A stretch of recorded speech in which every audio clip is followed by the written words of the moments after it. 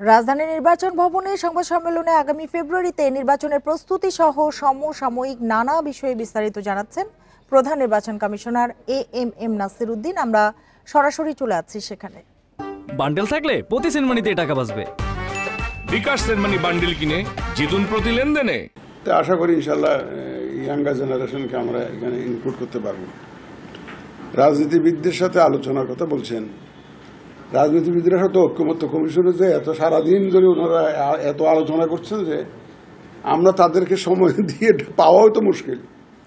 এবং আমরা যেহেতু অনেকগুলো রিফর্মস কমিশন হয়েছে, বিশেষ করে ইলেকট্রিক্যাল রিফর্মস কমিশন হয়েছে, ইলেকট্রিক্যাল রিফর্মস কমিশন কিন্তু অনেক স্টেক হোল্ডারের সাথে আলাপ করেছে, আপনাদের সাথেও আলাপ করেছে, সবার সাথে আলাপ করেছে, ওরা সিভিল সোসাইটির সাথে আলাপ করেছে, পলিটিক্যাল পার্টির সাথে আলাপ করেছে, নির্বাচন নিয়েই তো আলাপ করেছে তারা।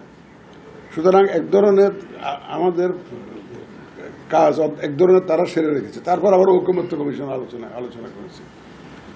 তারপরেও আমাদের তরফ থেকে আমরা এই জন্যই এটা অপেক্ষায় ছিলাম যে ওনারা একটু ফ্রি হন,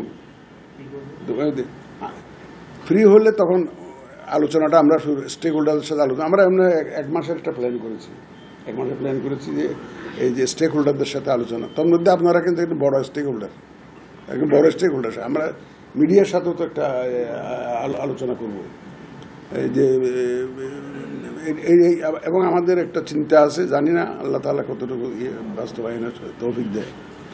আমরা এবার আপনাদেরকে সাথে নিয়ে কিন্তু অ্যাওয়ারনেস রেজিংয়ে আপনাদেরকে ইনভলভ করে আগাতে চাই। এটা আপনাদেরকে একদিন আমরা হিন্স দিয়েছিলাম, কোথায় যে ফল উৎসবে একটু বলেছিলাম, এটা আমাদের চিন্তার মধ্যে আছে। মানে আপনাদের সাথে পার্টনারিং করে আমরা অ্যাওয়ারনেস রেজিংয়ে আপনাদেরকে কীভাবে ইনভলভ করা যায় সেই চিন্তাটা আমরা করছি। এবং আমরা ওই বিদেশি যারা আমাদেরকে হেল্প করেন, যারা ইউএনডিপি আছে, ইউরোপিয়ান ইউনিয়ন আছে, এদেরকে যদি মোবিলাইজ করতে পারি, কনফিডেন্স নিতে পারি, ইনশাল্লাহ আশা করি যে আপনাদেরকে নিয়েই আমাদের আগাইতে হবে। দেখেন, একটা ইলেকশনের স্বচ্ছতার জন্য যা যা দরকার তার মধ্যে rule of media is number one. Rule of media আমরা কিন্তু ইলেকশনটাকে অ্যাজ ট্রান্সপারেন্ট অ্যাজ পসিবল করতে চাই, আয়নার মতো পরিষ্কার করতে চাই। মানে মানুষ দেখুক, বিশ্ববাসী দেখুক যে আমাদের আন্তরিকতার, আমাদের চেষ্টার কোনো ঘাটতি আছে কিনা, এটা দেখুক, আমরা সেটা চাই। লুকাইয়া কোনো কাজ করতে চাই না। তো আমরা একদম পরিষ্কার, একদম আপনাদের সহযোগিতা নিয়ে আমরা দেশবাসীর কাছে দেখাতে চাই যে আমরা কি কি কাজ করছি এবং সুন্দর ইলেকশনের জন্য আমরা কি কি প্রস্তুতি নিচ্ছি এবং কীভাবে কন্ডাক্ট করছি আপনারা দেখতে পাবেন। আপনাদের মাধ্যমেই এই জাতি এটা, এই দেশবাসী এটা জানতে পারবেন।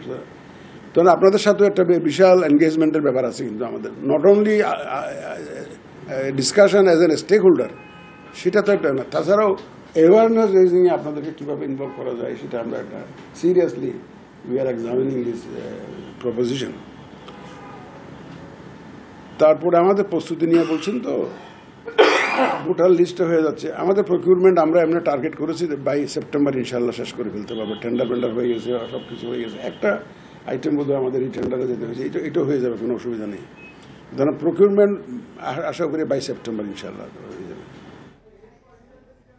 ফেব্রুয়ারিতে নির্বাচনের প্রস্তুতি নিয়ে জানাচ্ছিলেন সিইসি। আমরা এতক্ষণ সেখানেই ছিলাম।